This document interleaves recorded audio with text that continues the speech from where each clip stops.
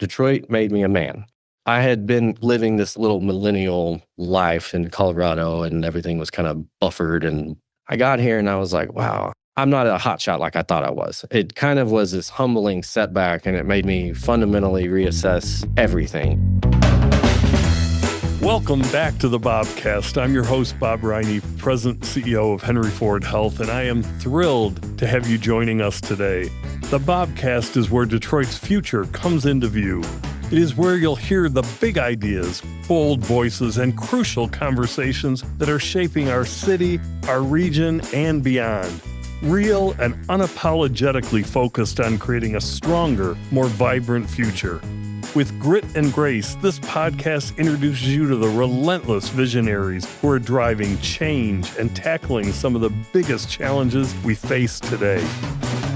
If you've ever driven by a boarded-up house and thought, there's no way that place could be saved, I know I have, my guest today would tell you to think again.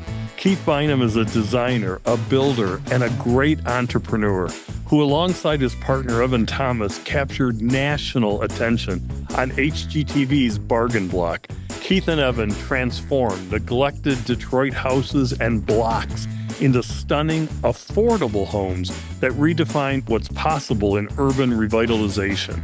Today, we're talking about the art and heart behind those transformations, what it's like to build a nationally recognized brand from right here in Detroit, and what's next for Keith and Evan as they step into their next chapter. Keith, welcome to the BOBcast. Thank you. That was quite the intro. I appreciate that. And it's all true. You know, Bargain Block became such a beloved fixture on HGTV, especially for Detroiters and Michiganders who love seeing our city showcased in a new light. Did Detroit fall in love with you first, or did you fall in love with Detroit? I think Detroit fell in love with me before I realized what happened. So my first time to ever visit Detroit, I took a red eye from Denver. I had maybe 12 hours on the ground in Detroit where I flew out, saw 12 houses, and I wound up almost immediately turning right back around and going to the airport.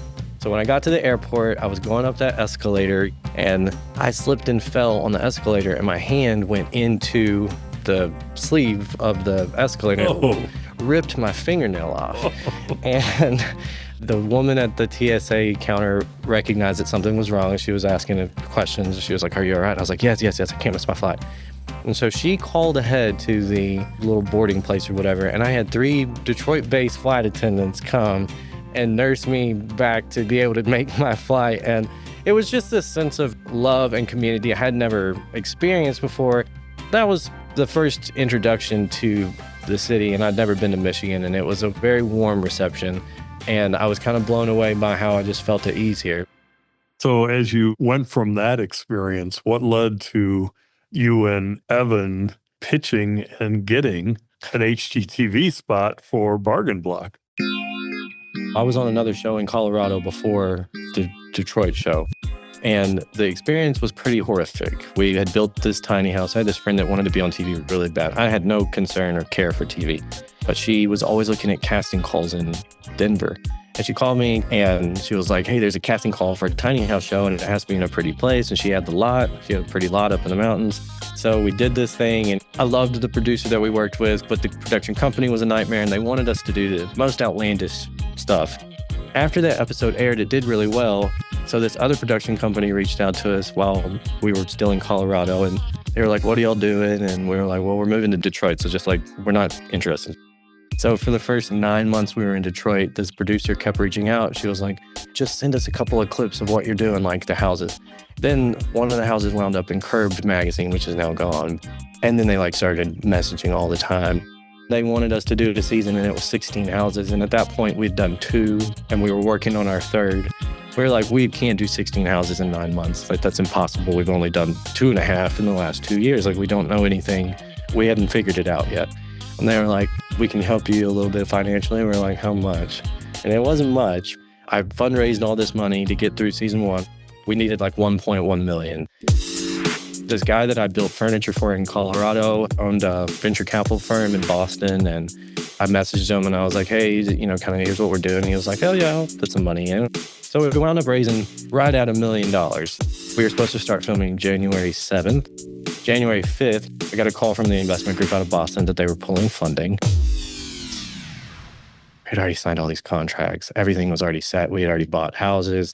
For 24 hours, I couldn't call the production company. I was just like, I don't know what to say. You're frozen. I'm just frozen in fear. Finally, I called them and I was like, we don't have the money to move forward. They're like, well, we already signed the contracts. We're moving forward. That was the start of COVID. So like January 7th was our hell day. And then January 21st, they started talking about COVID. And then it just spiraled after that. Then they were like, well, we're going to start filming in March. So we started filming and then they shut us down like 6 weeks later. We were one of the first shows back up. We started in July. It essentially gave me a 6-month window to re-fundraise. And I literally just busted my ass for 6 months and figured out, we got through all the funding rounds and got through all the houses, got 16 houses done, and we didn't actually walk away with anybody pissed. So what was the learning lesson for you about that period? You got to stop being so cocky. When we were successful at it, then it was just like, well, we can do anything at this point. And that was a win, and you're going to get a win every now and then. The next couple of years were wins, and then all of a sudden, HGTV has canceled Bargain Block after season 4. The network isn't moving ahead with another season. And you're standing there with the rug jerked out from underneath you and your pants down. The last 6 months was a massive pivot for the business again. And once again, Michigan and Detroit kind of was there for us. When I started watching the shows early on, I mean, I have to be honest, I thought 2 white males who aren't native Detroiters rehabbing houses in mostly African-American neighborhoods. I mean, a lot could have gone wrong, but the opposite happened. Oh my God, I love it! Some people described it as you becoming a family in those neighbors. I think back to what we were going through personally. Every year during the seasons, we lost a family member. Evan's dad died first, then my mom died. Every few months, it was horrific.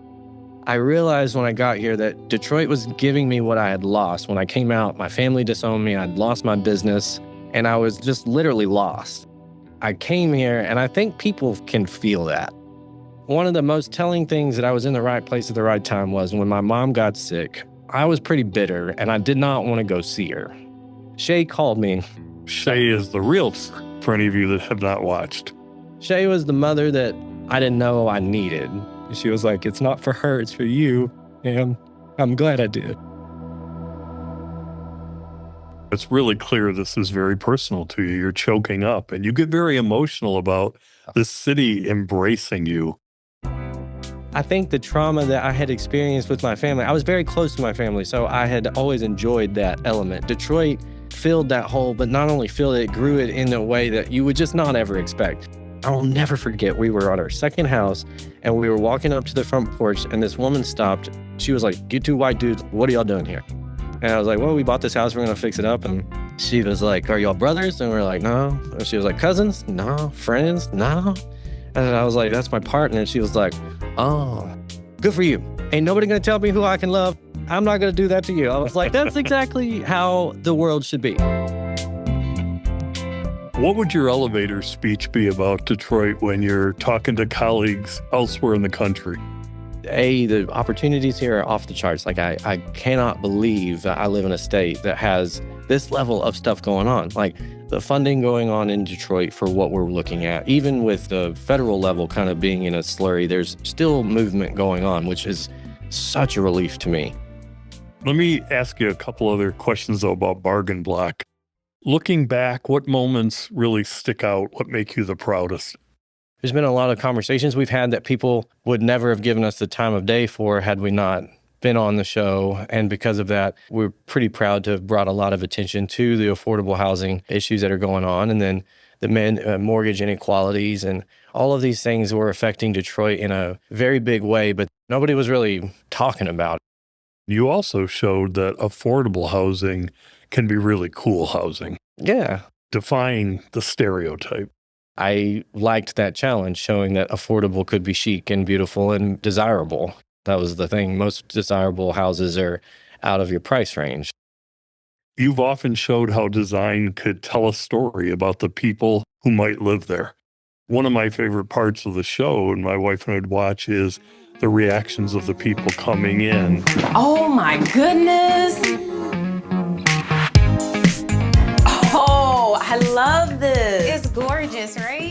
How can design not just shape a home, but really a city's future, a neighborhood's future?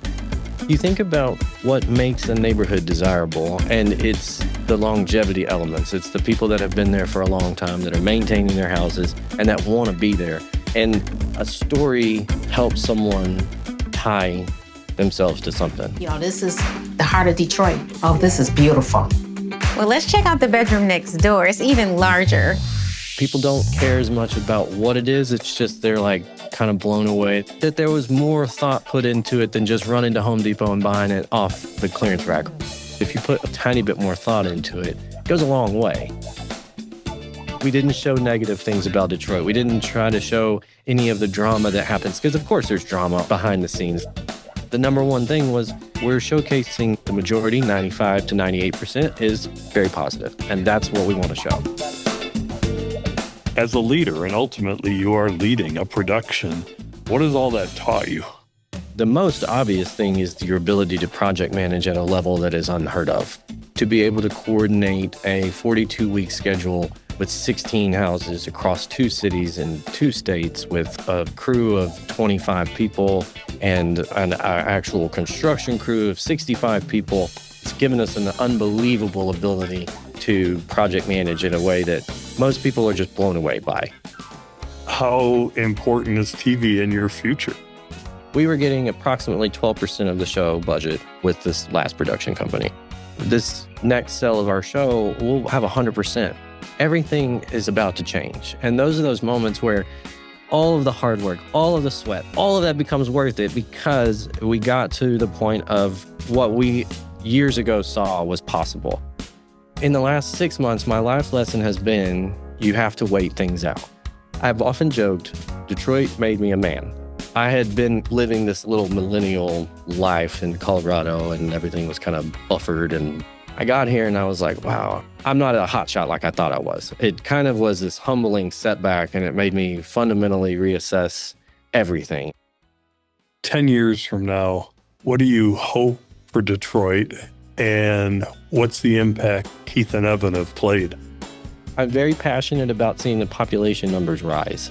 There's a lot of people that message us every day and want a home and want to have that community experience. And I tell people all the time, if you want that, if Detroit is your number one option, like you're going to get your biggest bang for your buck for a house, you're going to get your biggest bang for a buck on community, and you're going to get all the little perks of a really cool city on top of that. Keith, thanks so much for being here. Thank you. I enjoyed it. That was fun. In reflecting on this interview, I was really stunned by the lessons that Keith was sharing are the same lessons that apply to $12 billion corporations like Henry Ford Health or other mega companies. He was talking about curiosity, taking risk, taking the long view of life and not overreacting to everything in an immediate way. And he was talking about team-based activities. In this case, embracing the community so the community embraces you. And in healthcare, that is so true. We are for the community and by the community. And so I really loved the juxtaposition of a small entrepreneur using the same skills, the same focus, and the same cultural journey as we strive for in a large organization. The second thing that I really was struck by is how emotional he was over what the greater Detroit community did in helping him perfect his own life journey, his own career path, and how it really became that it takes a village kind of mindset. He found something in Michigan and Detroit that he hadn't found elsewhere, and he didn't even know how much he needed. If you enjoyed this episode, please click follow so you will never miss a future episode. Share us with your friends and leave us a 5-star rating and review, which will help others find us. If you have suggestions for a topic or a guest, email us at bobcast@hfhs.org. Remember, every action we take today is a step towards the future we're building together. Let's keep striving, keep believing, and keep moving forward. Let's use positive momentum to carry us through an era that's filled with troubling questions. Until next time, take care and keep making a difference.